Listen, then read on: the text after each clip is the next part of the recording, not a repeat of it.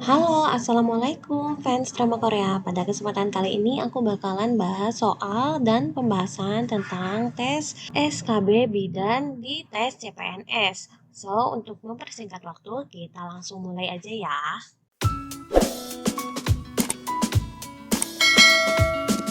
Nyaka umur 35 tahun, hamil kedua, melahirkan hidup satu kali.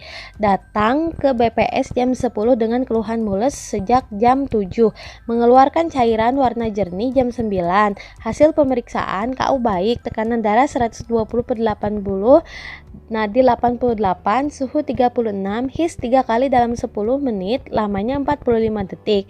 DJJ-nya 144 kali per menit. Hasil VT pembukaan 8 seti. Kakaknya negatif, teraba tali pusat di samping kepala.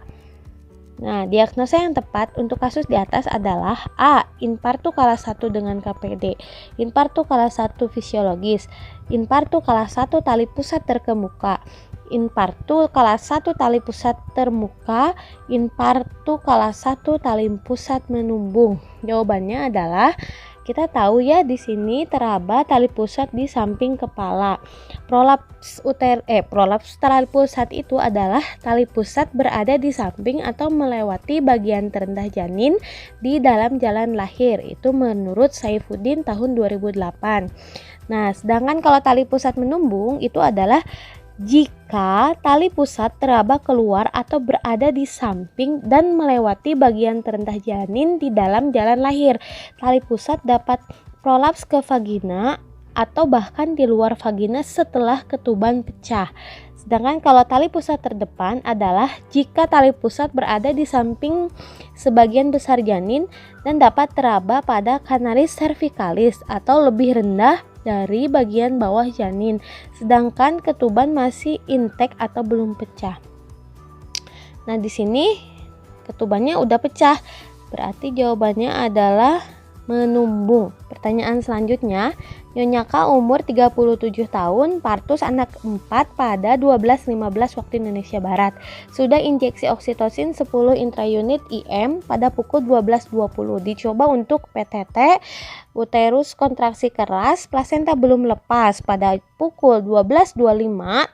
Tanda pelepasan plasenta tidak ada. Yang Anda lakukan adalah A. Manual plasenta, B. Pemberian oksitosin kedua, ulangan PTT, siapkan rujukan atau ESC. Oke, di sini kita harus lihat waktu ya. Dia lahir jam 12.15. 5 menit kemudian disuntikan oksi pertama. Ini oksi ke-1 ya. Nah, kemudian dicoba PTT jam 12.25 itu masih belum lahir.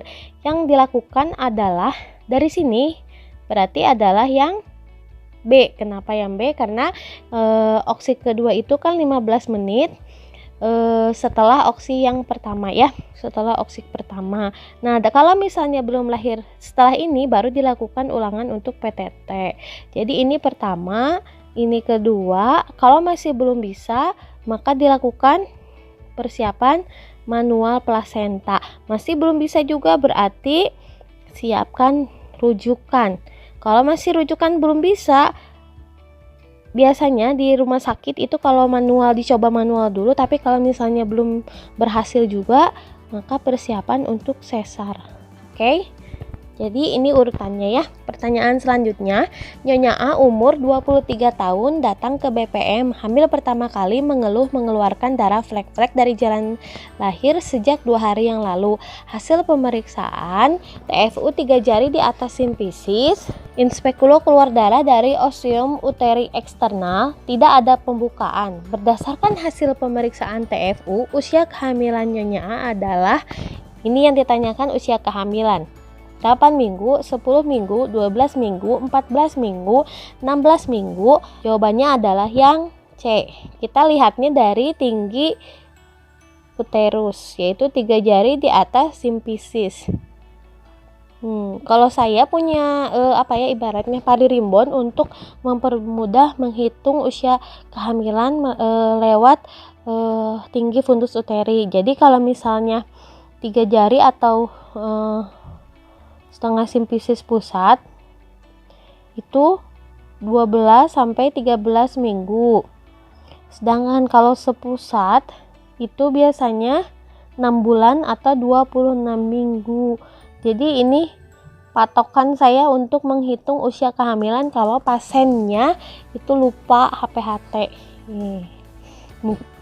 Mungkin bisa dicoba juga sama teman-teman pada saat proses pelaksanaan pemeriksaan. Pertanyaan selanjutnya, Nyonya E umur 26 tahun, ke BPM mengeluh sudah 2 bulan tidak menstruasi.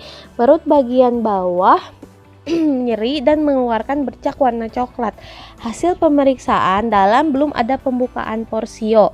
Nyeri goyang ada dan PPT positif. Pertanyaannya adalah diagnosa yang tepat untuk Nyonya E adalah A. Mola hidatidosa, B. Abortus incipient, abortus imminent, abortus incomplete, E. Kehamilan etopik terganggu.